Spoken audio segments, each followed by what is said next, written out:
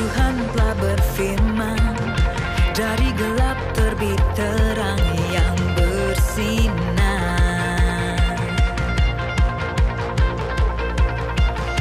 Dia Tuhan yang membuat terangnya bercahaya dalam hatiku.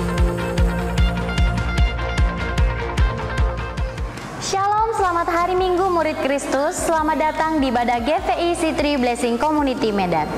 Kami mengucapkan terima kasih kepada setiap saudara yang beribadah secara offline hari ini, yang telah mencuci tangan, mengukur suhu tubuh dan memakai masker, serta menjaga jarak satu sama lain.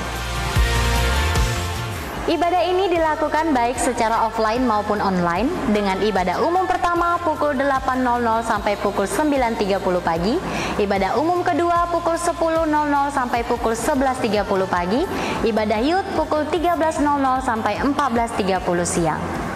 Ibadah offline bisa Anda ikuti dengan cara mendaftarkan diri melalui WhatsApp atas nama Bapak Iwan Lauli dengan format nama lengkap sesuai KTP dan sesi ibadah yang diikuti. Kuota yang tersedia untuk setiap sesi ibadah adalah sebanyak 50 orang dengan usia produktif kecuali lansia dan anak-anak, serta wajib mematuhi protokol kesehatan yaitu 3M, memakai masker, mencuci tangan, dan menjaga jarak. Untuk informasi lebih lengkap mengenai ibadah offline, silakan hubungi Sekretariat Gereja. Bagi Anda yang tidak memenuhi persyaratan mengikuti ibadah offline, Anda bisa mengikutinya secara live streaming melalui platform media sosial gereja, yaitu Facebook atau Instagram, serta secara live premier melalui akun YouTube Blessing Community Medan pada pukul 5 sore. Ibadah Gereja Anak Sigu masih dilakukan secara online melalui YouTube Blessing Community Medan mulai pukul 8.30 pagi setiap hari Minggu. Untuk itu dampingilah selalu anak Anda selama mengikuti ibadah Gereja Anak Sigu. Bagi Anda yang beribadah secara offline, silakan memberi persembahan secara mandiri dengan mengambil sendiri amplop persembahan Anda di meja aser dan memasukkan amplop persembahan tersebut ke dalam kotak yang sudah disediakan setelah ibadah ini selesai. Tidak lupa juga untuk mengisi slip sesuai dengan data diri dan jenis persembahan Anda. Sedangkan bagi Anda yang beribadah secara online dapat memberi persembahan melalui rekening Bank BNI atas nama GVI Blessing Community Medan dengan nomor rekening 200.123.5007. Atau Bank BCA atas nama Julfrida Boruregar dengan nomor rekening 82050773112, atau dengan memindai kode QR yang ada di aplikasi pembayaran online dengan menggunakan smartphone yang ada di layar Anda. Tidak lupa untuk membayar janji pasti saudara ke rekening khusus pembangunan yaitu Bank BRI dengan nomor rekening 0336002858 atas nama Yayasan Memberkati Kota dan Bangsa. Untuk pencatatan keuangan setiap transaksi Anda silakan konfirmasi kepada saudari Julfrida Siregar. Meski ibadah sudah dilakukan secara offline dan online, doa gabungan jemaat masih dilakukan secara online melalui channel YouTube Blessing Community Medan setiap hari Sabtu pukul 5 sore. Demikianlah Bless News untuk hari ini. Jangan lupa untuk mengikuti seluruh platform media sosial gereja kita, baik itu Facebook, Instagram, serta YouTube untuk memperoleh informasi terupdate seputar kegiatan kejemaatan. Dan mari terus melaksanakan protokol kesehatan yaitu 3M, memakai masker, mencuci tangan, dan menjaga jarak dengan jemaat lainnya. Tuhan Yesus memberkati.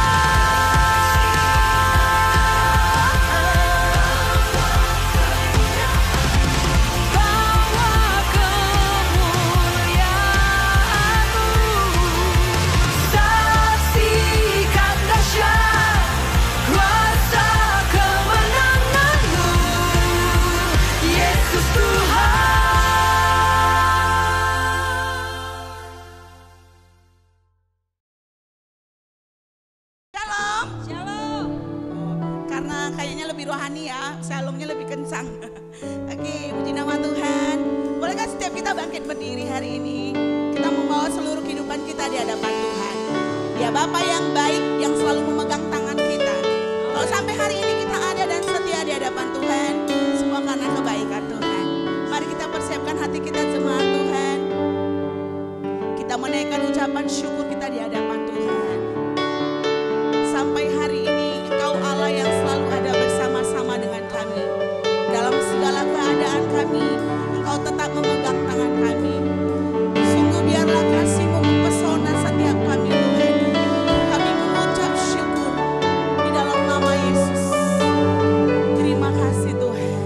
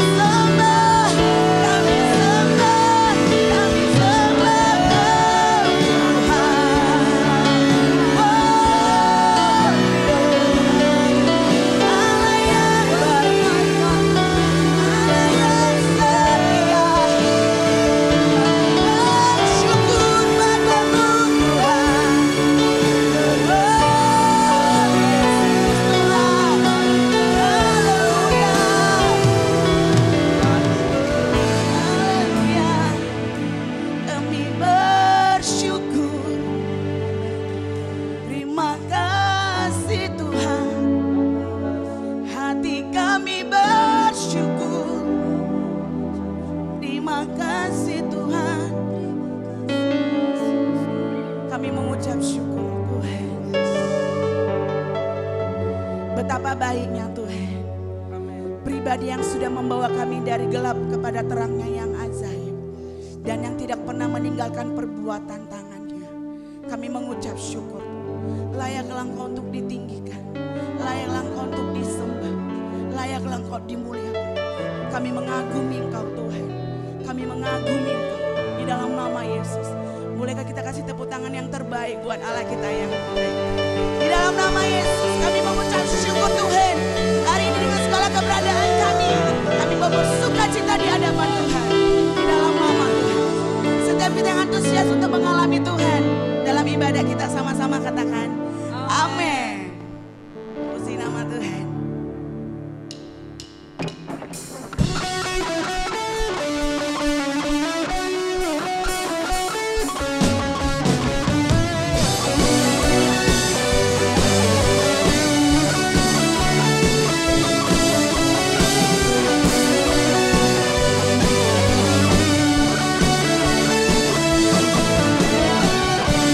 Dari hari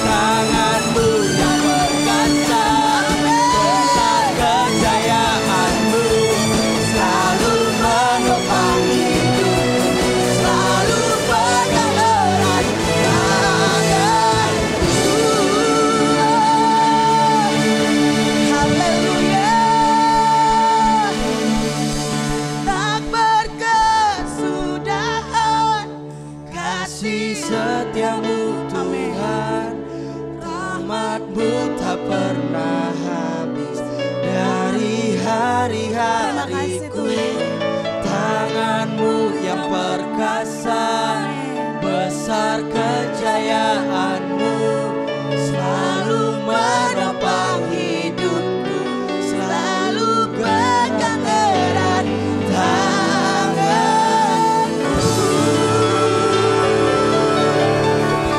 Haleluya, haleluya. Kau pegang erat tangan kami Tuhan, Kau pegang erat tangan kami, Kau pegang erat tangan kami. Terima kasih Tuhan.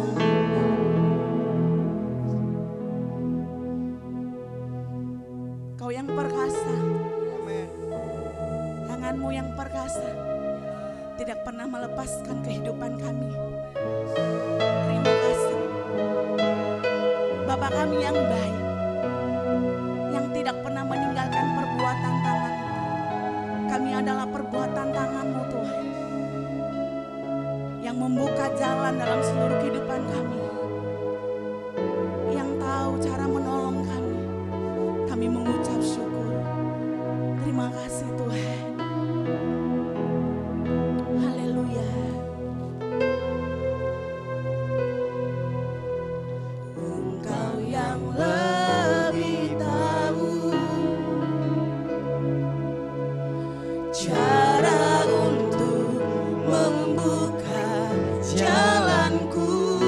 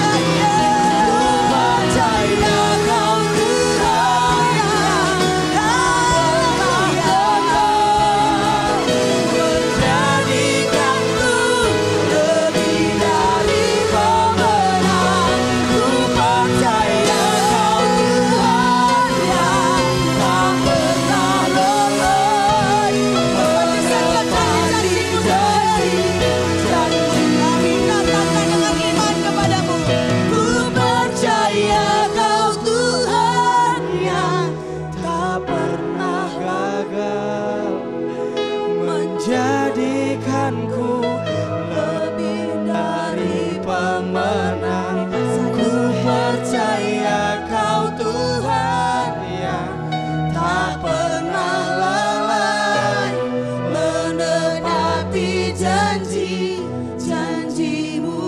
Kami percaya, Ku percaya Kau Tuhan yang tak pernah Pegang terus gagal menjadikanku lebih dari pemenang. Ku percaya Kau Tuhan yang tak pernah lalai menepati janji-janji-Mu. Menepati janji-janji-Mu. Menepati janji-janji-Mu.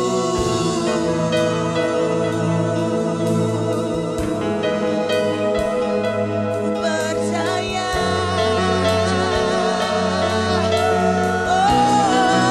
Tak pernah lalai, tak pernah gagal. Tuhan yang ku sembah menepati janjinya. Tak pernah lalai, tak pernah gagal. Tuhan yang ku sembah akan menepati janji-janjinya. Aku percaya, aku percaya, tak pernah gagal, tak pernah lalai. Ku percaya Dia selalu ada dalam kehidupanku. Bersyukur Tuhan. Ini kita berikan semuanya pada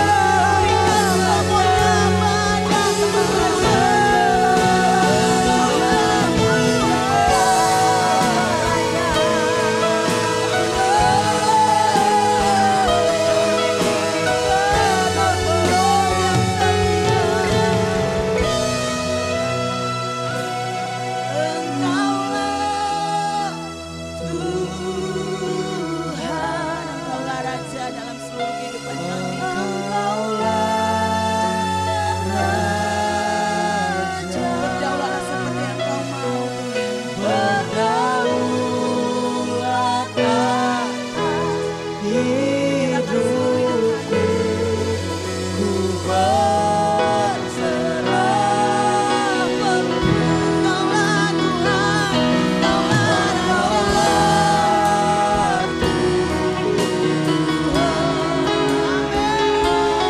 Engkaulah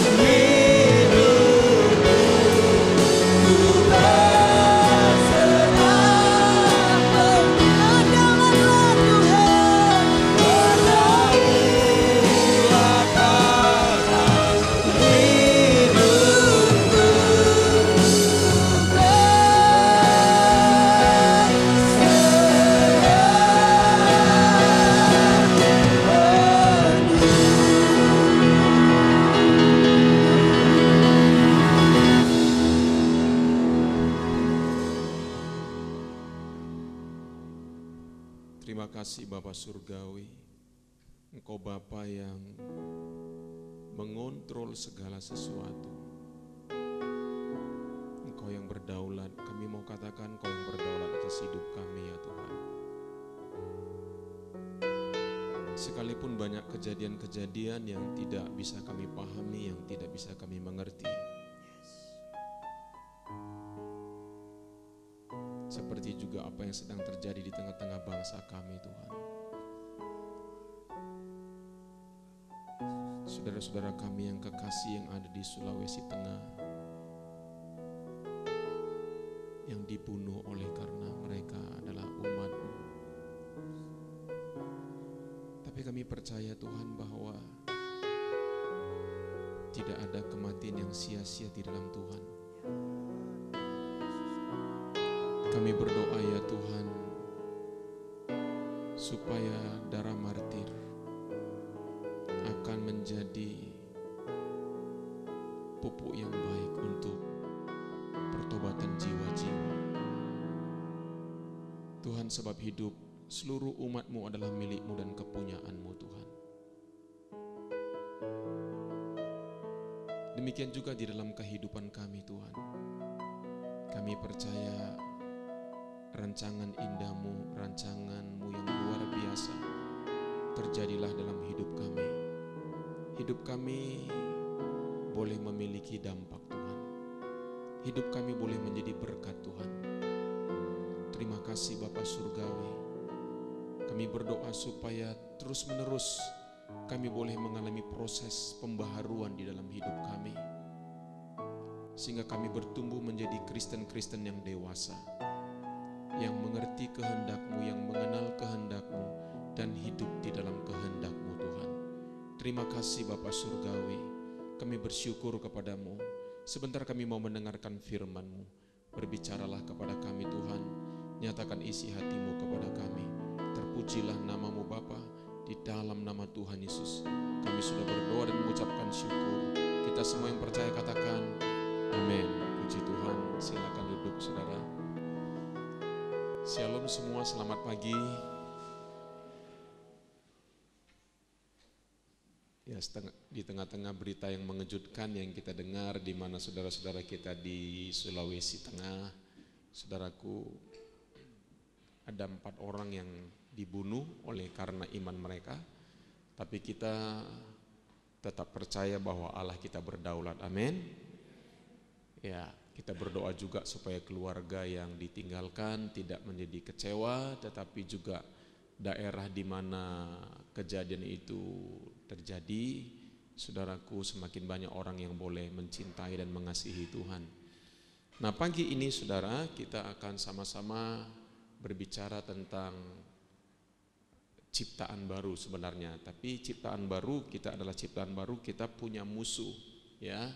Apa sih musuh ciptaan baru ya? Ini saudaraku, kita lihat ciptaan baru itu ada kupu-kupu ya. Jadi kita sebenarnya sebagai orang Kristen tuh harus mengalami transformasi ya, dari ulat, kepompong, dan kupu-kupu. Nah, semua kita orang percaya harusnya saudaraku bertumbuh seperti menjadi kupu-kupu ini saudara ya, bisa terbang indah luar biasa. Sebenarnya kekristenan itu indah dan luar biasa.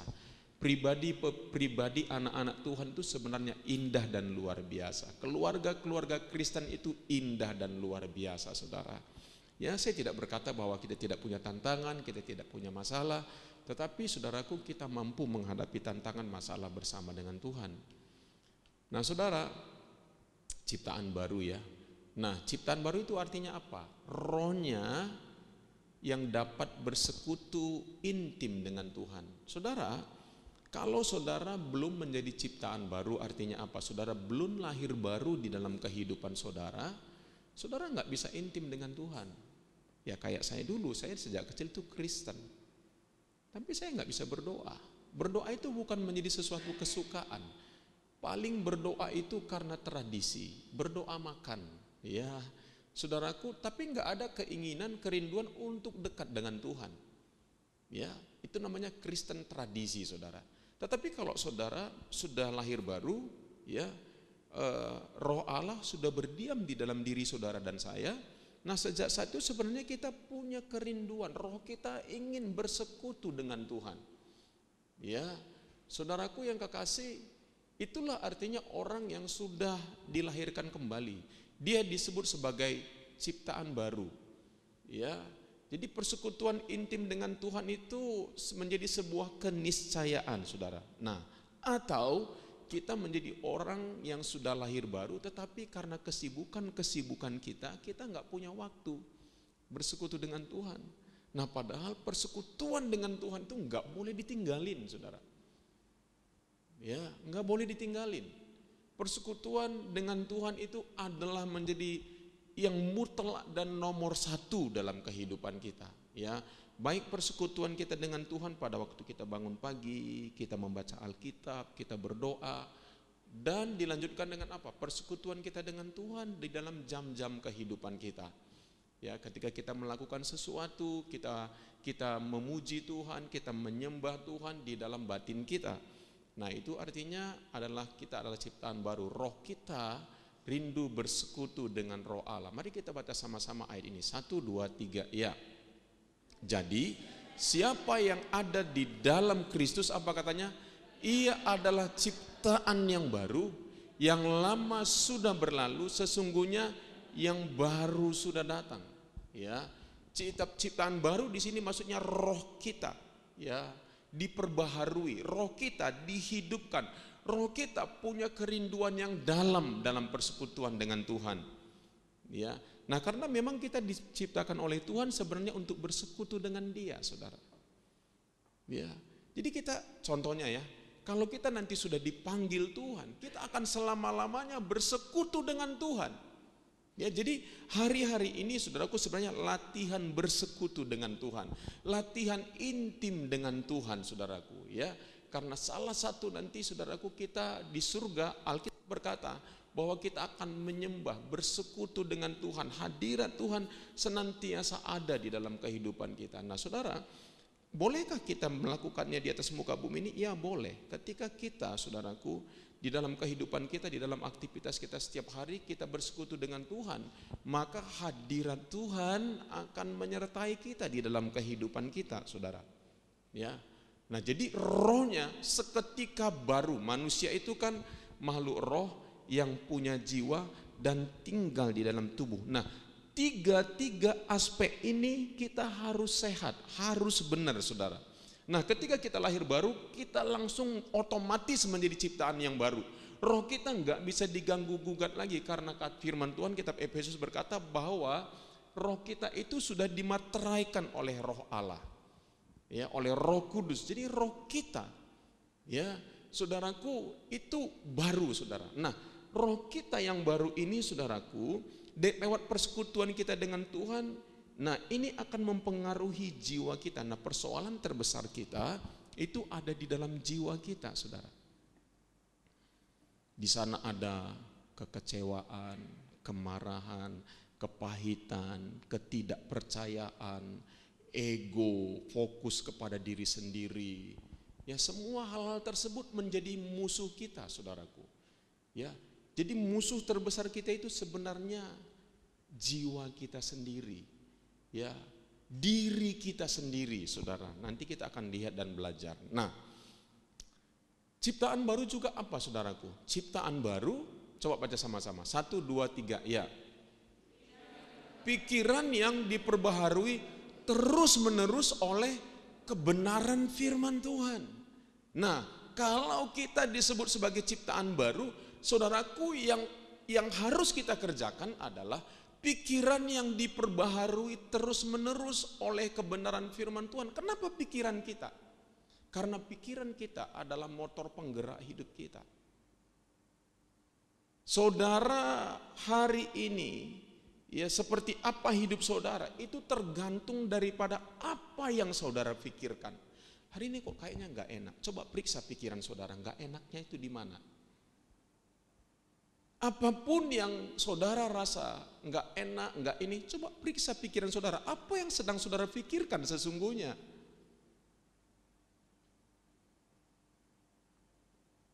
Sekali lagi saya beritahu, makanya kerap kali ketika kita tidur, ya, kita tidur, ya biasanya itu kita, kecuali kita punya mimpi-mimpi ya.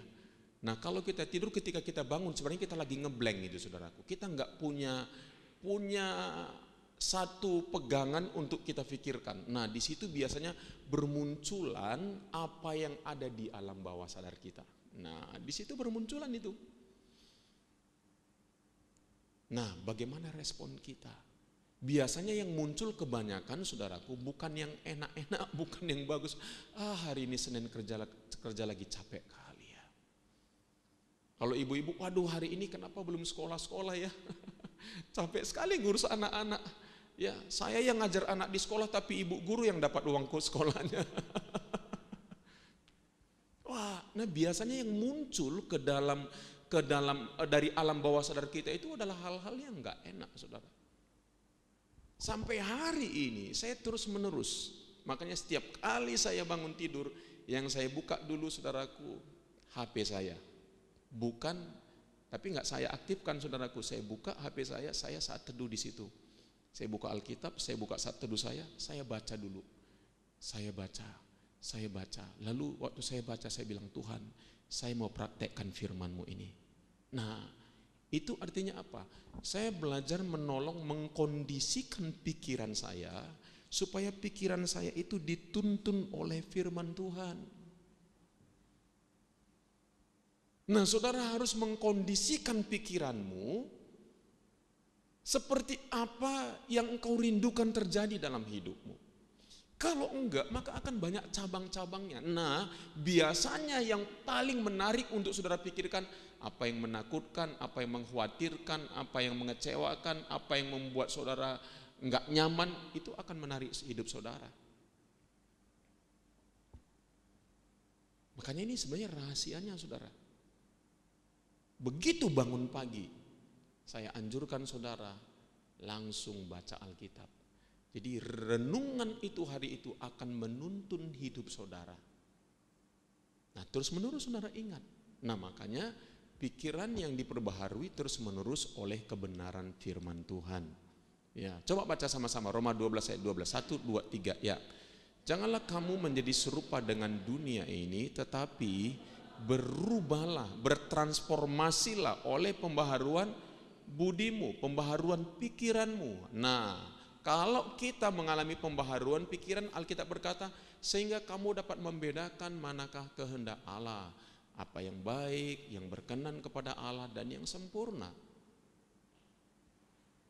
Ya, ini betapa penting kita terus-menerus mengalami pembaharuan pikiran. Itulah yang disebut tadi contohnya kupu-kupu, saudaraku. Ya, jadi supaya manusia barunya kita yang Tuhan katakan kita adalah ciptaan yang baru, yang lama sudah berlalu, lalu yang baru sudah datang, itu terjadi lewat apa? Pembaharuan pikiran kita, saudara. Nah, apakah hari ini hidup kita itu masih seperti ulat? Menakutkan, menjijikkan, ya. Bagi sebagian orang, wah takut sekali dengan ulat, enggak enak, jijik. Tapi kalau kupu-kupu semua orang senang enggak? Semua orang senang. Nah, saudaraku, apakah hari ini pikiran hidup kita masih seperti ulat, kepompong, atau sudah kupu-kupu? Nah, itu tergantung apa? Ada orang udah lahir baru, tapi cara pikirnya atau cara hidupnya saya katakan itu enggak berubah, saudara. Pola pikirnya, cara dia menghadapi masalah, cara dia berespon terhadap tantangan, ya terhadap persoalan kehidupan tetap sama. Kenapa? Apakah salah firman Tuhan berkata bahwa dia adalah ciptaan baru? Enggak. Masalahnya dia tidak mengerti bahwa dia terus-menerus harus diperbaharui pikirannya. Nah, jadi saudaraku, pikiran kita itu sangat penting akan mengontrol kehidupan kita. Nah, musuh ciptaan baru itu apa, saudara? Pikiran lama. Ya, pikiran lama yang sudah tertanam di alam bawah sadar kita. Pikiran lama yang sudah menjadi habit kita, sekalipun itu bertentangan dengan firman Tuhan. Saya mau nanya, ada nggak pikiran-pikiran lama saudara yang bertentangan dengan firman Tuhan? Pasti masih ada, saudara. Nah, jadi gini saudara, pikiran-pikiran lama kita yang bertentangan dengan firman Tuhan itu supaya dia bisa berubah menjadi pikiran baru. Pertama-tama saudara tahu ini pikiran lama ini enggak benar, ini pikiran ini enggak benar. Sebelum saudara mengetahui pikiranmu yang lama itu tidak benar, engkau tidak akan mengalami proses pembaharuan pemikiran dan proses pembaharuan kehidupan. Nah, makanya banyak orang hidupnya begitu aja. Ya, terus menerus, enggak berubah-berubah, saudara. Ya, pernah enggak saudara ketemu dengan orang atau keluargamu bilang, kamu udah berubah ya. Setahun lagi, kamu udah berubah ya. 2 tahun lagi, apa yang membuat kamu hidupnya sekarang seperti ini? Nah itu saudaraku, itulah perubahan. Perubahan itu, jangan gini, perubahan itu jangan tindakan kita dulu yang kita ubah. Banyak kita begini, Tuhan pokoknya aku komitmen, aku tidak lakukan lagi Tuhan. Aku enggak mau lagi melakukan perbuatan ini. Saya mau nanya, biasanya gagal lagi enggak? Gagal lagi. Kenapa? Karena yang saudara mau ubah apa? Perilaku saudara. Enggak akan berhasil. Yang saudara rubah itu apa? Di sini dulu. Nah, nanti kita lihat ya. Oke. Nah, lihat. Yuk baca sama-sama. Ini versi yang mudah dibaca. 1, 2, 3 ya. Dalam hatiku aku senang sekali dengan semua peraturan dalam hukum Allah. Siapa yang merasa seperti ini? Angkat tangan. Dalam hatiku apa katanya?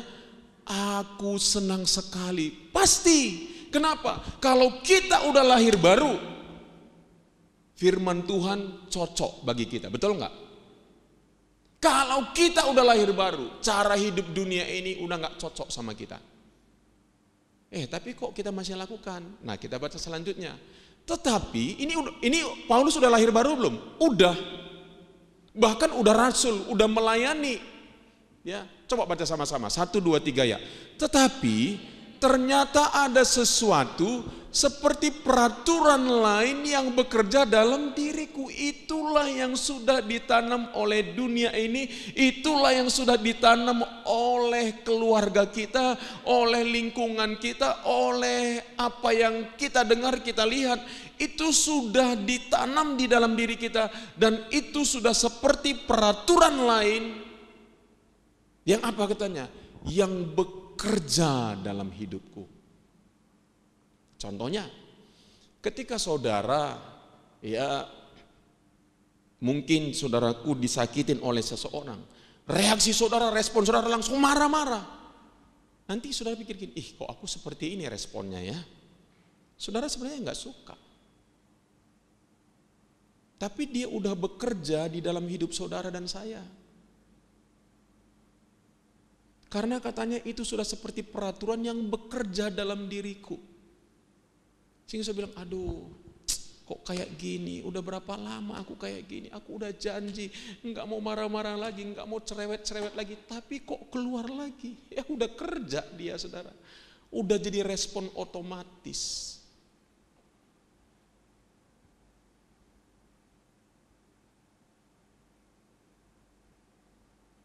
Contohnya saudaraku ya, nah ini apa namanya, ada orang saudaraku ya, sudah pernah mengalami kekurangan uang dan minus saudaraku. Ya. Tapi saudaraku, waktu dia mendapatkan berkat lagi, wah dia bilang, pokoknya aku enggak mau kayak yang kemarin lagi. Tapi kebanyakan ujung-ujungnya apa? Ngalamin lagi. Jadi siklus gali lubang tutup lubang itu terus enggak berhenti-berhenti. Kenapa?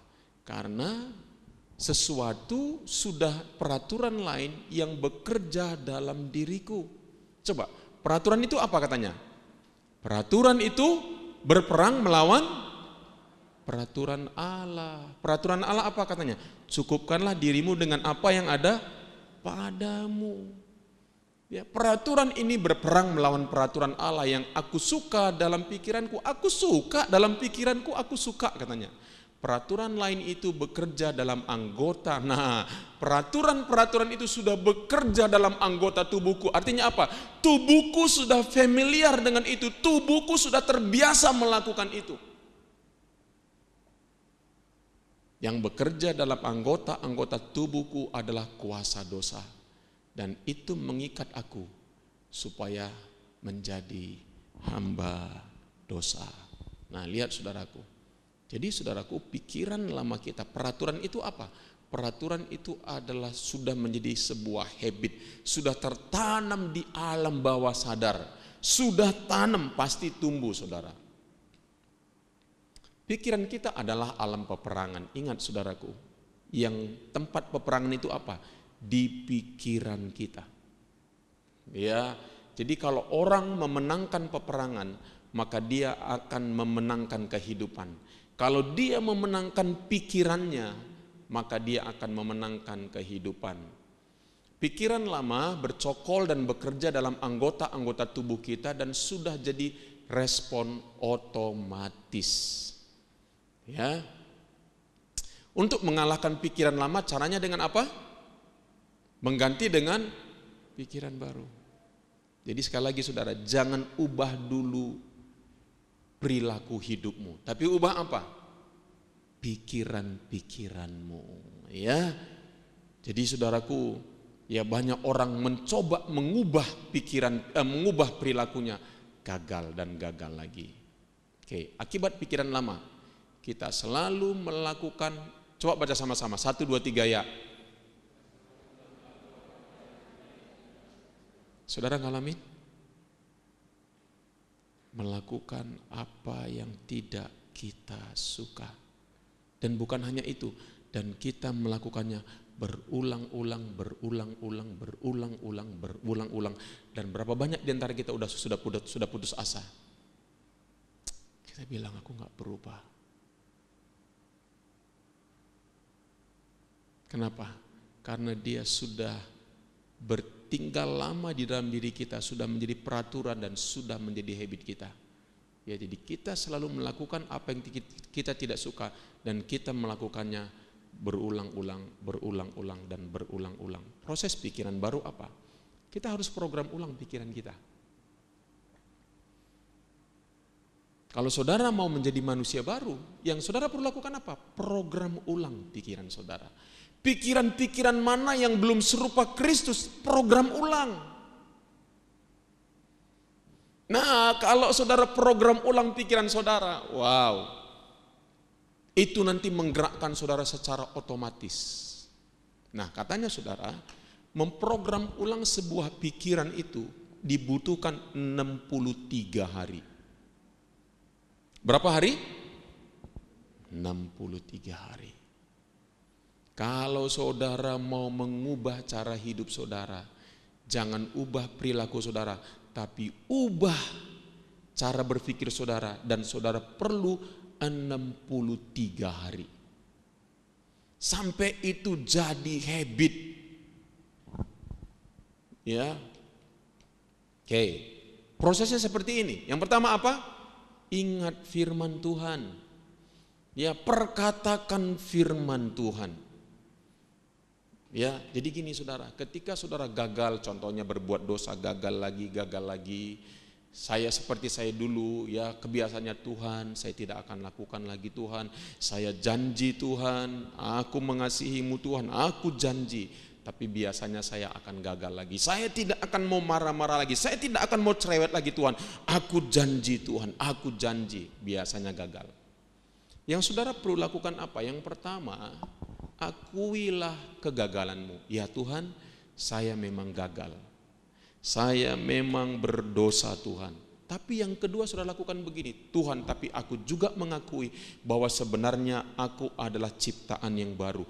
Aku manusia baru Tuhan. Aku berterima kasih sebab Engkau menjadikan aku manusia baru Tuhan. Terima kasih. Nah, itu yang saudara ulang-ulang. Saudara nggak perlu berjanji, Tuhan aku nggak akan lakukan lagi, aku tekad Tuhan, nggak ada. Nggak akan mampu kita dengan kekuatan kita. Ya, yang saudara lakukan apa? Akuin kegagalanmu, lalu saudara berkata, Tuhan firman-Mu berkata. Jadi ya, akui kegagalanmu. Yang kedua, akui siapa engkau di dalam Tuhan. Ya, itu penting. Itu artinya saudara ingat firman Tuhan. Saudara mengucapkan firman Tuhan. Nah, yang kedua saudara, bayangkan, imajinasikan dan renungkan. Nah, lihat. Proses segala sesuatu itu menjadi tertanam di alam bawah sadar kita, harus ada proses ini. Apa katanya? Coba baca sama-sama. 1, 2, 3 ya. Bayangkan, imajinasikan. Nah, itu proses menanam kebenaran di dalam alam bawah sadar kita.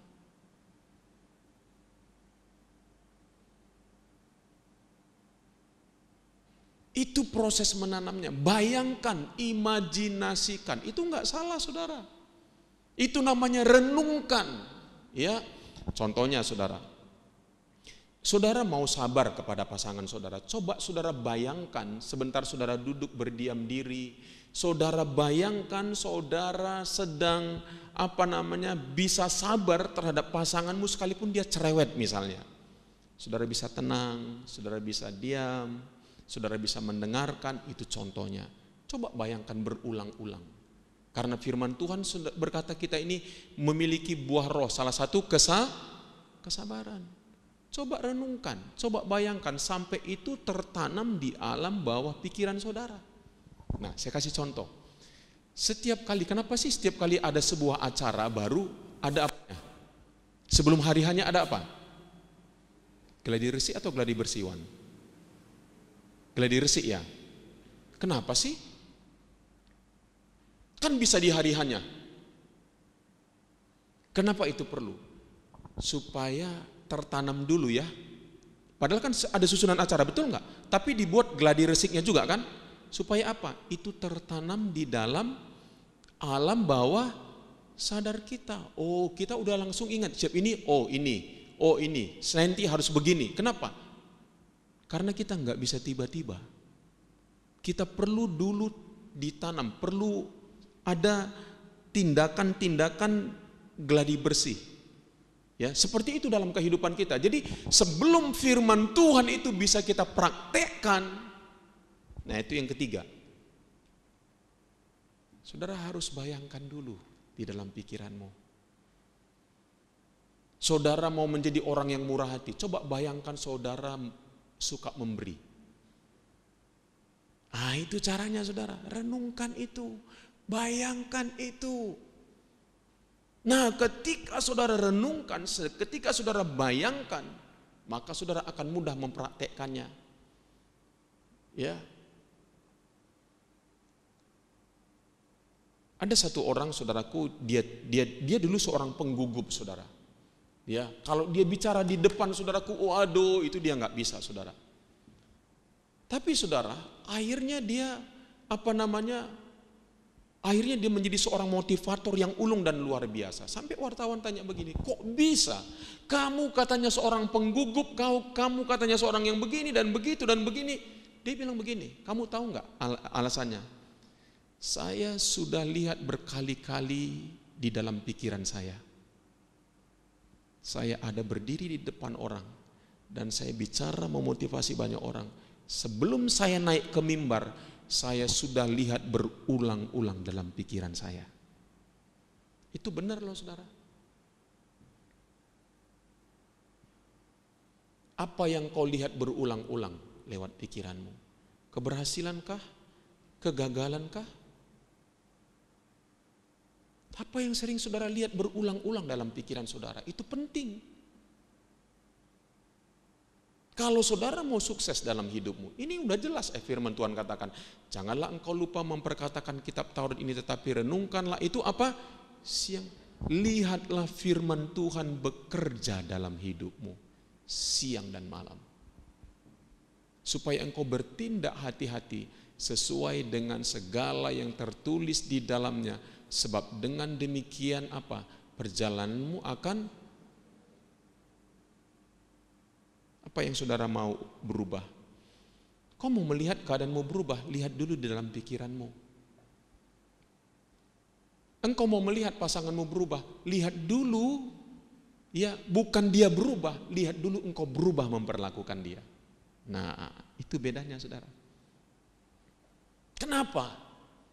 Ketika kalau orang itu saudara lihat berubah, itu bagus juga.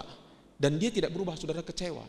Tapi kalau saudara lihat caramu memperlakukan dia beda. Sekarang kendali ada di tangan siapa?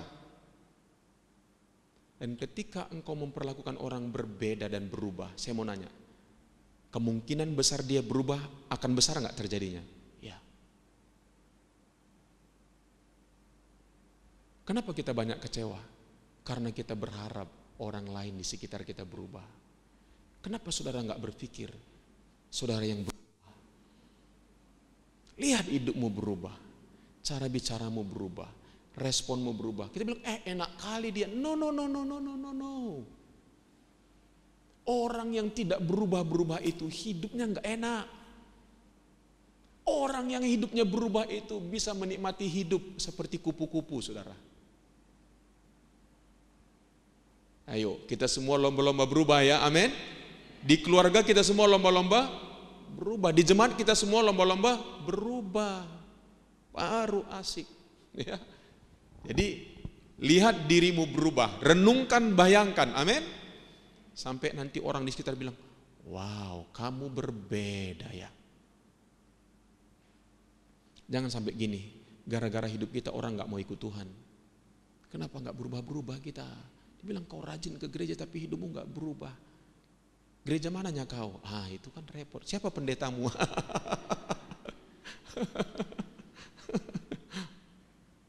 Itu kan kayak ada orang kan masuk penjara kan. Namanya Paulus lagi, saudaraku, masuk penjara dia. Ya, sampai pendetanya datang. Gantilah namamu, jangan bikin Paulus di penjara ini katanya. Dan jangan bilang aku pendetamu, malu aku katanya. Oke, intermezzo. Oke. Nah, hidup bergantung pada Roh Kudus. Ya. Apa? Coba baca sama-sama. 1, 2, 3 ya. Orang-orang yang masih hidup sesuai kelemahan manusia, tujuan hidup mereka apa? Untuk memuaskan keinginan sendiri. Hei jemaat Tuhan, hidup kita jangan tujuannya memuaskan keinginan sendiri, memuaskan ego kita. No. Ya. Tetapi orang yang bergantung kepada Roh Kudus ditolong olehnya untuk pikir sesuai dengan kehendaknya. Nah, kalau tujuan kita adalah untuk memuaskan keinginan diri kita, akibatnya mendatangkan kematian roh dan jiwa. Tapi kalau pikiran kita dikuasai oleh Roh Kudus, hasilnya adalah hidup selama-lamanya dan perasaan tenang dalam perlindungan Tuhan. Nah, jadi saudara gini, setiap kali pikiran saudara mulai kacau, ngelantur ke sana kemari, ya, saudara perlu sadar. Dan saya praktekkan begini, Allah Roh Kudus ambil alih pikiranku. Nah, saya lakukan begitu. Sederhana itu. Ambil alih pikiranku. Ya, kadang-kadang dalam pekerjaan gitu, saudaraku, banyak yang belum tuntas, banyak belum selesai. Saya mau hidup one day at the time. Ketika saya sudah meninggalkan pekerjaan saya bilang, Tuhan, aku sudah serahkan ke dalam tangan-Mu. Aku mau menikmati hidupku bersama dengan Engkau. Saya enggak mau membawa semuanya kekacauan itu ketika saya pulang ke rumah. Saya mau itu tinggal di sana dan biarkan Tuhan yang mengurusnya. Karena tidak semua yang bisa saya urus. Walaupun saya lihat begitu banyak yang harus dikerjakan. Saya bilang, Tuhan, saya mau hidup one day at a time. Kesusahan sehari, ya. Kesusahan besok, enggak usah khawatir, percayakan sama Tuhan. Itu hidup paling indah loh, saudara. Kalau saudara bisa hidup seperti itu. Ya, ada orang saudaraku ya, hidup hari ini, begitu pulang ke rumah atau apa, dibawa semua segerobak semua masalah itu kan. Enggak bisa menikmati hidup. Ngapain sih kamu hidup di atas muka bumi ini? Tapi percayakan sama Tuhan. Dia Bapa yang baik enggak? Dia pasti ngurusin kita enggak? Siapa di sini yang merasa dia sendiri yang mengurus hidupnya? Angkat tangan. Siapa yang percaya bahwa hidupnya diurus oleh Tuhan? Angkat tangan. Siapa yang enggak punya tangan?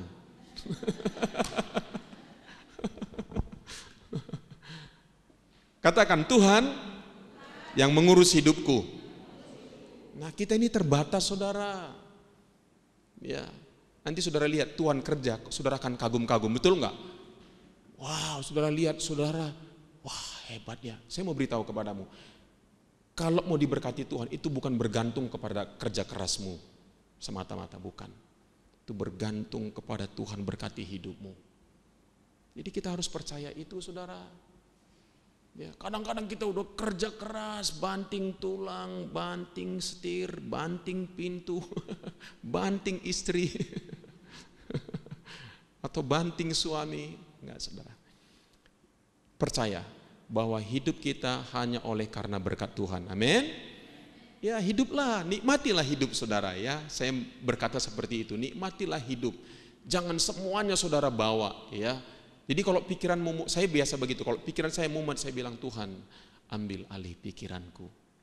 Ya, ketika saya berkata begitu, wow, iya ya, pikiran itu terang kembali, saudara. Ya, oke.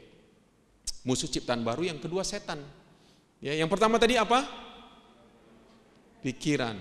Musuh saya adalah pikiran lama saya, katakan. Ya, musuh kita yang berikutnya adalah setan. Ya. Baca sama-sama, 1, 2, 3 ya. Supaya iblis jangan beroleh keuntungan atas kita, sebab kita tahu apa maksudnya. Jangan biarkan iblis ambil keuntungan atas hidup saudara, amin. Ambil keuntungan atas rumah tangga saudara, ambil keuntungan atas masa depan saudara. Setan memakai pikiran yang lama dan perasaan-perasaan kita yang negatif untuk menjadi tempat berpijak. Oke, saya lebih cepat lagi. Setan pandai memanfaatkan pikiran lama dan perasaan negatif kita untuk membelokkan arah hidup kita dari kebenaran. Dan tujuan si jahat adalah menghancurkan hidup kita. Jadi saudaraku, hati-hati dengan pikiran lamamu dan perasaan-perasaan negatif, emosi-emosi yang negatif. Ya, kita akan mudah dan rentan memiliki pikiran dan emosi negatif pada waktu kapan? Baca sama-sama, 1, 2, 3 ya. Pada waktu kita sedang ada dalam persoalan dengan berbagai bentuknya. Saya kasih contoh sederhana. Ketika saudara kita yang kekasih, Pak Amos, dipanggil Tuhan. Ya. Nah itu titik kritikal bagi, khususnya buat adik saya. Ya. Nah, momen-momen itu saudaraku, ketika kita sedang ada dalam persoalan, pikiran-pikiran atau emosi negatif muncul. Nah, ada pikiran begini, saudara. Tuh, kamu kurang pintar ngurus suamimu. Nah, coba tadi kalau kamu bawa lebih cepat ke sini ke situ. Pasti nggak begitu jadinya. Nah, pikiran-pikiran atau emosi negatif seperti itu, kalau kita nggak hati-hati, bisa jadi tempat berpijak si setan. Dan bukan hanya itu bisa menghasilkan apa? Rasa tertuduh, rasa bersalah. Bahkan itu momen-momen yang kita harus hati-hati. Pada waktu kapan lagi kita disakitin seseorang. Nah, itu momen harus hati-hati saudara dengan pikiran dan emosi saudara. Di situ saudara perlu hati-hati. Supaya apa? Emosi saudara atau pikiran saudara itu enggak ditunggangin sama iblis. Bahkan adik saya bilang begini, dia udah cerita, kenapa saya cerita? Karena dia juga sudah cerita. Ya, Bang, enggak bagus juga ya kalau suami istri itu terlalu dekat kayak kami ya. Saya merasa sangat kehilangan. Saya bilang, enggak, kamu terlalu over mikirnya. Banyak orang menginginkan hidup pernikahan seperti kalian, tapi mereka enggak mendapatkannya sampai hari ini. Kalian mungkin pernikahan kalian 27 tahun, tapi yang kalian rasakan sesuatu yang luar biasa.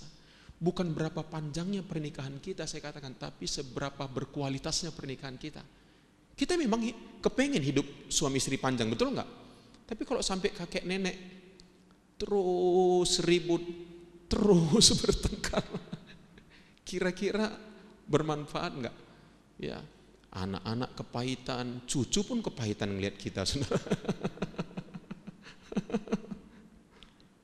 Ya kan? Nah, enggak begitu dong, saudara. Ya, jadi hati-hati nih. Waktu saudara lagi kekurangan keuangan, saudara minus. Pada waktu saudara sakit, pada waktu saudara sedang ada dalam persoalan-persoalan berat, ya, makanya saudaraku perlu orang lain, perlu pembina untuk saudara bicara. Hei, saya sedang mengalami ini. Saudara perlu anggota komsel, saudara perlu cerita. Ya untung adik saya, dia langsung tarik saya, dia bilang, tolong doakan saya bang. Dia 2 hari katanya SKT sama Tuhan, nggak mau. Bener loh saudara. Momen-momen seperti itu kita harus hati-hati dengan emosi kita. Ya. Solusinya apa? Baca sama-sama. 1, 2, 3 ya. Selidiki pikiran dan perasaan-perasaan yang muncul di hati kita dan bawa itu kepada Tuhan dan kebenarannya. Jadi selidiki. Ya, benar enggak ini ya? Ya. Lalu apa? Jangan beri kesempatan pada iblis. Coba baca sama-sama. 1, 2, 3 ya. Jangan memberi kesempatan kepada iblis mengalahkanmu. Ya, lewat pikiran-pikiran lama dan emosi negatif itu kalau sesuai dengan iblis, iblis itu hanya akan menduduki kita. Iblis tidak bisa memaksa kita, tetapi iblis bisa memengaruhi kita. Iblis hanya begini, hanya akan memengaruhi kita kalau pikiran dan emosi kita sesuai dengan dirinya. Dia langsung duduk. Bener nih, kamu kemarin kurang ini, kurang itu, kurang ini, kurang ini, dan lain sebagainya. Ketika saudara disakitin, bilang, balas aja dia. Mana mungkin? Nah, itu tempat berpijaknya iblis. Makanya hati-hati dengan pikiran-pikiran dan emosi-emosi kita yang negatif. Oke, kita lihat. Mari kita lihat bagaimana Paulus menghadapi saat-saat paling berat dalam hidupnya. Ya. Yuk baca sama-sama dengan cepat. 1, 2, 3 ya.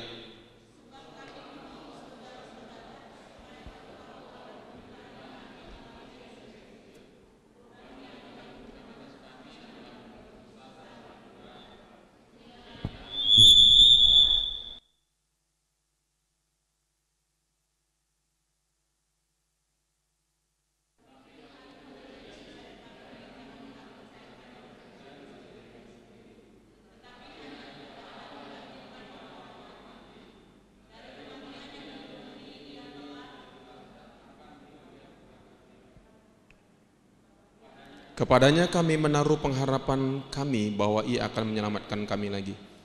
Saya waktu baca ini saya terkejut juga sekaligus senang dan kagum. Kalau saudara baca dalam kitab 2 Korintus pasal 4, Paulus bilang begini, ya, kami dianiaya namun tidak begini. Kami, betul enggak? Tapi kalau dari ayat ini saudara baca, kehidupan Paulus sangat seimbang menurut saya. Kalau saudara baca dalam ayat ini dikatakan, sebab kami mau saudara-saudara supaya kamu tahu akan penderitaan yang kami alami di Asia Kecil. Beban yang ditanggungkan atas kami adalah mana ini? Adalah apa? Begitu besar. Ya, begitu besar dan apa? Begitu berat sehingga kami apa katanya? Telah putus asa juga. Ini Paulus sedang curhat dia. Ini dia sedang dalam keadaan emosi yang enggak stabil, saudara. Ya. Dia bilang bahwa kami telah putus asa juga akan hidup kami. Bayangkan saudaraku, Paulus pernah putus asa loh akan hidupnya. Nah, mari kita lihat solusi Paulus. Oh, waktunya udah habis ya. Solusi Paulus apa? Coba baca sama-sama. 1, 2, 3 ya. Paulus mengungkapkan perasaannya, putus asa dan seolah-olah telah dijatuhi hukuman mati. Ya, jadi saudaraku ketika emosi negatif ada dalam hidupmu, ya, jangan saudara tekan juga. Ya, saya sebut hati-hati apa? Saudara harus mengungkapkannya. Perasaan itu saudara harus ungkapkan. Jangan saudara pendam, jangan saudara diamkan. Tidak, tapi seperti Paulus tidak malu. Dia seorang rasul yang luar biasa, yang mendapatkan pewahyuan daripada Tuhan. Tapi Paulus mengungkapkan perasaannya bahwa dia merasa. Padahal firman Tuhan yang ditulis Paulus juga, pencobaan-pencobaan yang kamu alami adalah pencobaan biasa yang tidak melampaui kekuatanmu. Tetapi dalam ayat ini Paulus mengatakan apa? begitu berat. Kami bukan hampir, sudah putus asa juga. Nah, tapi yang benar ini saudaraku, ketika engkau mengungkapkannya, itu saudara harus mengungkapkannya kepada Allah. Paulus lari kepada Allah dan bukan lari dari Allah. Bedakan itu. Paulus cerita kepada Tuhan. Dia ungkapkan isi hatinya. Semua yang dia rasakan dia ungkapkan kepada Tuhan. Saudara, seorang hamba Tuhan yang sangat saya kagumi namanya Rick Warren, saudara. Ketika anaknya bernama Matthew mati karena bunuh diri, banyak orang yang menghakimi dia karena bunuh diri itu. Dia sudah bawa ke dokter, dia sudah konseling, dia sudah ini, tetapi ada orang yang memberikan senjata, menjual senjata kepada anaknya dan anaknya membunuh dirinya sendiri. Seorang hamba Tuhan yang besar dan luar biasa. Dia berkata, saya belum pernah memiliki kedekatan yang seperti itu kepada Tuhan sebelumnya dibanding seluruh kehidupan saya. Karena kondisi itu yang begitu berat dia alami, saudara. Berkali-kali dia katakan dia terus datang kepada Tuhan.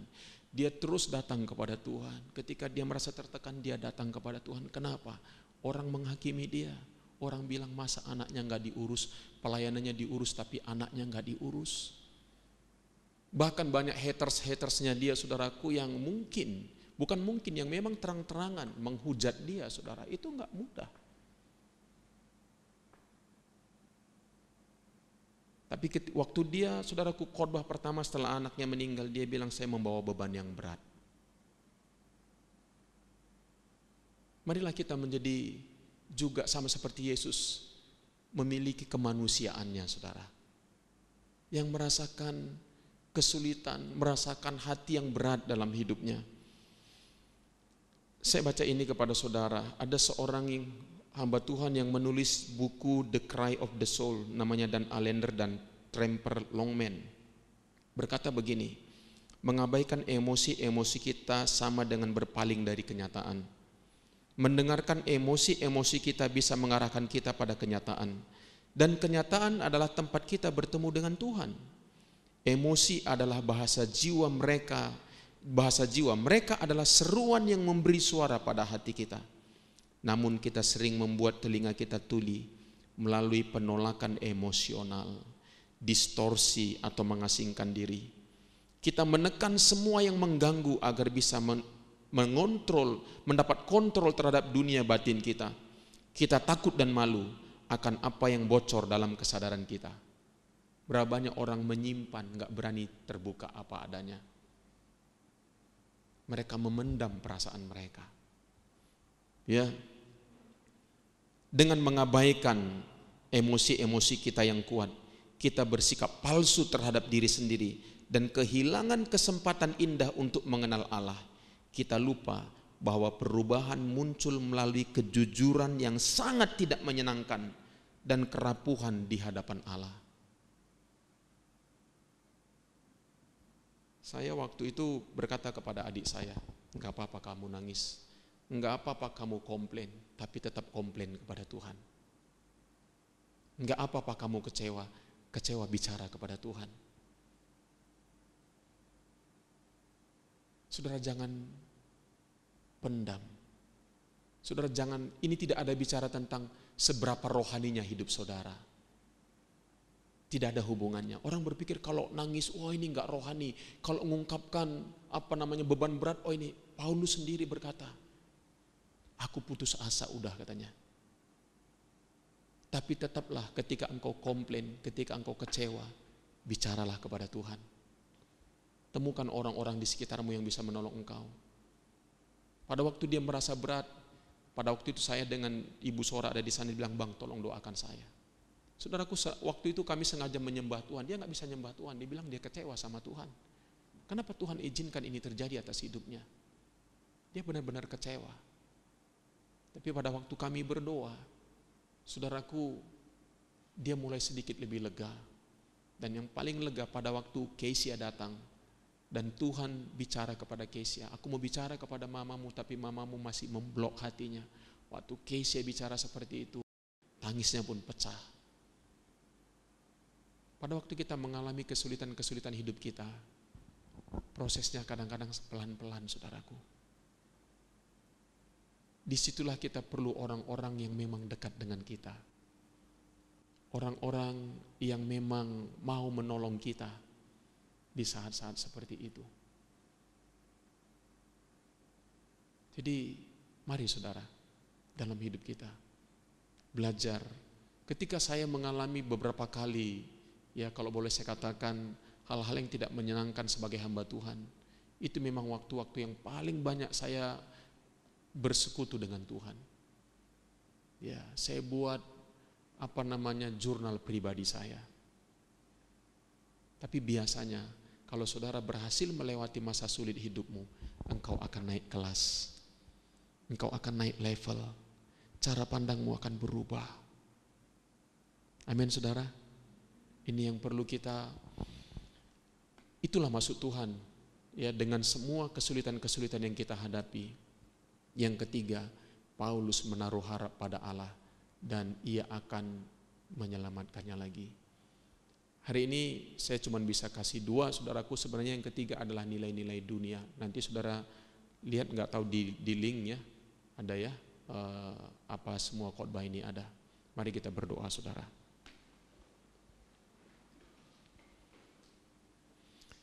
Mari saudara yang kekasih, dalam nama Yesus, hari ini saudara datang kepada Tuhan. Sesungguhnya Tuhan ingin engkau bisa dapat menikmati hidupmu sebagai orang percaya, sebagai ciptaan baru. Engkau memiliki kedamaian di tengah-tengah badai kehidupan bahkan. Engkau memiliki keyakinan yang teguh bahwa Allah mengontrol, berdaulat atas kehidupanmu. Tidak berarti kalau kita bertumbuh menjadi dewasa tidak ada persoalan, tidak saudara.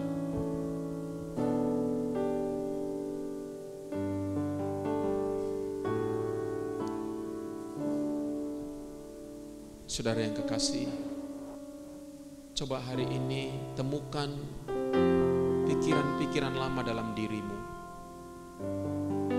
yang terus-menerus berulang-ulang engkau lakukan. Dan engkau tidak suka dengan itu saudara. Mari akui itu di hadapan Tuhan. Yang pertama itu akui. Yang kedua, akui siapa engkau di dalam Tuhan. Apa yang Tuhan katakan tentang dirimu. Ingat firman Tuhan. Pengakuanmu tentang siapa engkau di dalam Tuhan. Lihat engkau seperti yang firman Tuhan katakan. Coba lihat seperti apa yang firman Tuhan katakan kepadamu. Contohnya firman Tuhan berkata, aku sekali-kali tidak pernah meninggalkan engkau, aku sekali-kali tidak pernah membiarkan engkau. Coba lihat hari ini. Engkau mungkin punya masalah dan tantangan dalam hidupmu. Tapi janji Tuhan, aku sekali-kali tidak akan meninggalkan engkau. Bisakah engkau membayangkan itu? Bagaimana engkau merasakan Tuhan tidak pernah meninggalkanmu? Tuhan selalu dekat dengan hidupmu. Rohnya yang berdiam di dalam engkau, mengajari engkau, menuntun engkau. Mungkin dia akan membuka jalan bagimu di saat-saat sulit dalam hidupmu. Mengirim orang-orang untuk menolong engkau, memberkati hidupmu.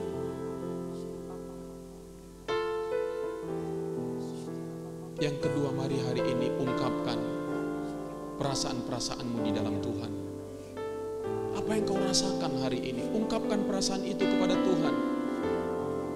Beritahukan kepada Tuhan seperti apa perasaanmu. Jangan memendamnya, jangan cuek terhadapnya, jangan mengabaikannya. Tapi beritahukan kepada Tuhan.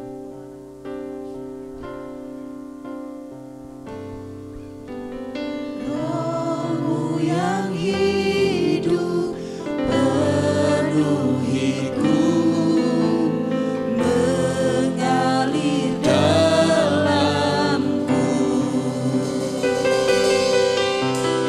Jiwaku tenang bersamamu. Dan aku akan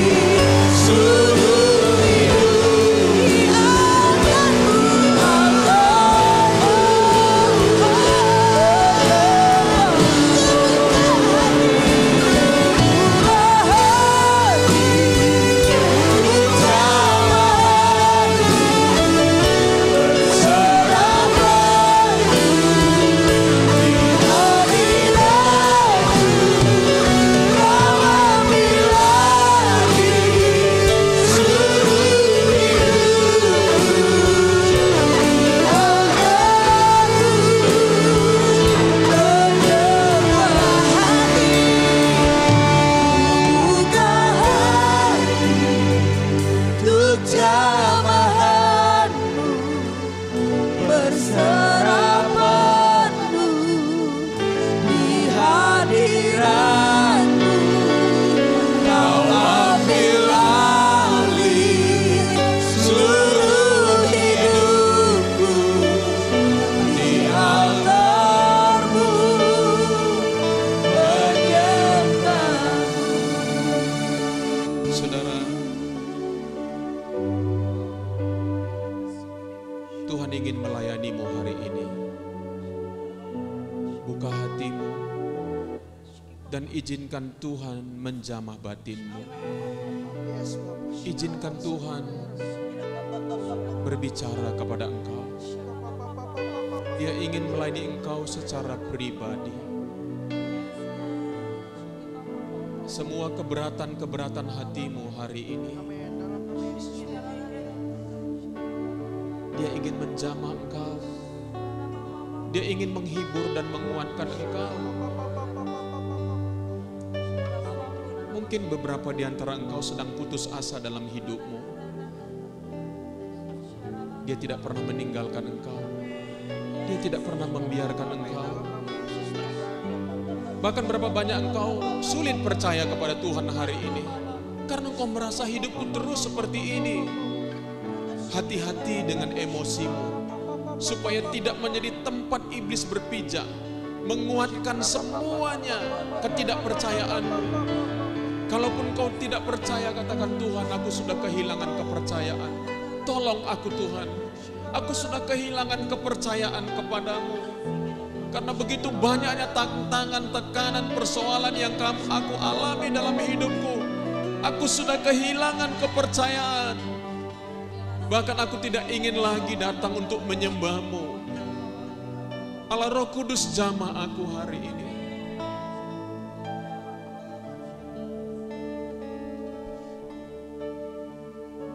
Saudara, kadang-kadang kita membutuhkan Roh Kudus yang melayani kita. Suaranya yang lembut berbicara di dalam batin kita.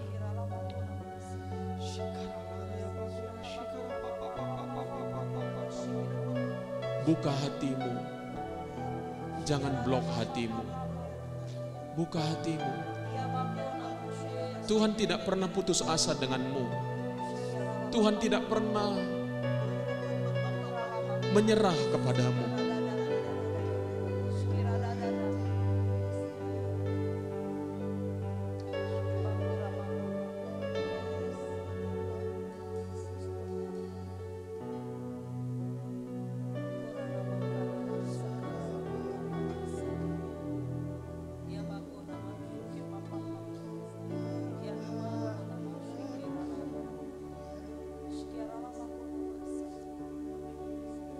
Buka hatimu, saudaraku,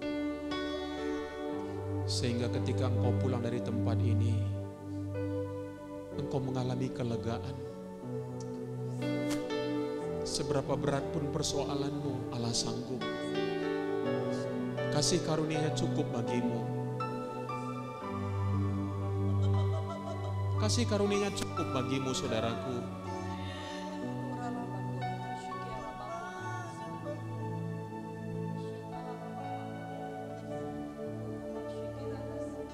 Ku buka hati untuk jamahan-Mu,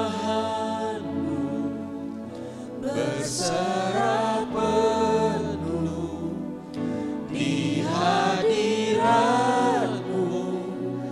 Kau ambil alih seluruh hidupku di altar-Mu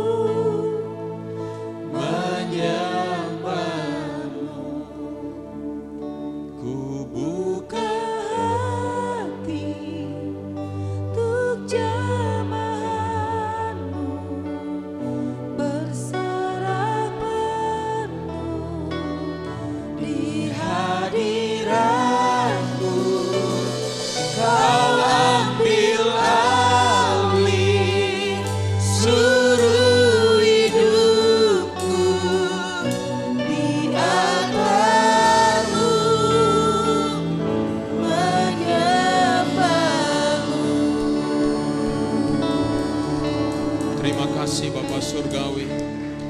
Terima kasih Tuhan. Saudara yang kekasih, letakkan semua persoalanmu di tempat ini. Biarkan Tuhan yang mengambil alih. Persoalan-persoalan yang tidak sanggup lagi engkau pikirkan, percayakan itu kepada Tuhan. Engkau boleh belajar nyaman di tengah-tengah ketidaknyamananmu. Percayakan kepada Tuhan. Terima kasih Bapa Surgawi. Kami bersyukur untuk Roh-Mu yang bekerja di tengah-tengah kami. Buat kuasa-Mu berkarya dalam hidup kami. Kalau sebentar kami pulang, kami percaya Engkau terus bersama-sama dengan kami. Dimanapun kami ada, Engkau ada di sana ya Tuhan. Mengajari kami, menuntun kami, dan menguatkan kami Bapa. Terima kasih Tuhan. Terima kasih Yesus. Kami bersyukur kepadamu ya Tuhan. Segala kemuliaan bagi nama-Mu Tuhan.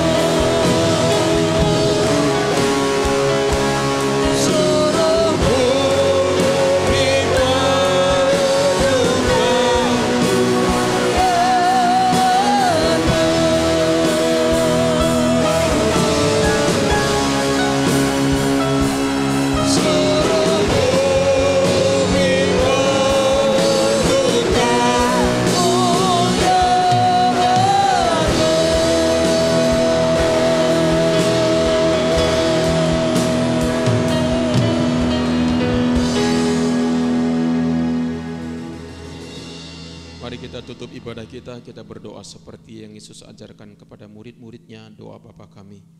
Bapa kami yang di surga, dikuduskanlah nama-Mu, datanglah kerajaan-Mu, jadilah kehendak-Mu di bumi seperti di surga. Berikanlah kami pada hari ini makanan kami yang secukupnya, dan ampunilah kami akan kesalahan kami, seperti kami juga sudah mengampuni orang yang bersalah kepada kami. Dan janganlah membawa kami ke dalam pencobaan, tetapi lepaskanlah kami daripada yang jahat, karena Engkaulah yang punya kerajaan dan kuasa dan kemuliaan sampai selama-lamanya. Tuhan memberkati engkau dan melindungi engkau. Tuhan menyinari engkau dengan wajah-Nya dan memberi engkau kasih karunia. Tuhan menghadapkan wajah-Nya kepadamu dan memberi engkau damai sejahtera. Terima kasih Bapa, kami terima berkat-Mu ini di dalam nama Allah Bapa, Putra dan Roh Kudus, di dalam nama Tuhan Yesus. Semua kita yang percaya katakan amin. Amin. Tuhan memberkati. Selamat siang. Jemaat Tuhan, terima kasih telah mengikuti ibadah raya online GVI Citri Blessing Community hari ini. Sampai jumpa di ibadah berikutnya.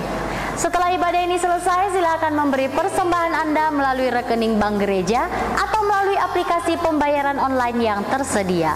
Semakin kuat dan tegar, berbuah dan terus segar hidupku dalam-Mu,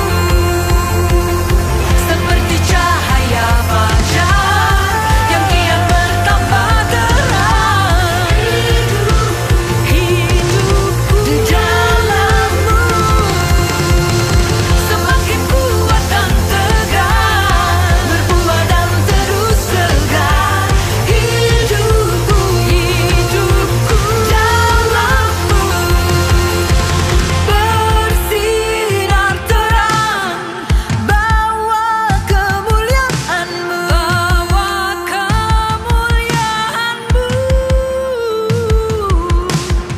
Silakan subscribe channel ini dan follow media sosial GVI Citri Blessing Community. Tuhan Yesus memberkati.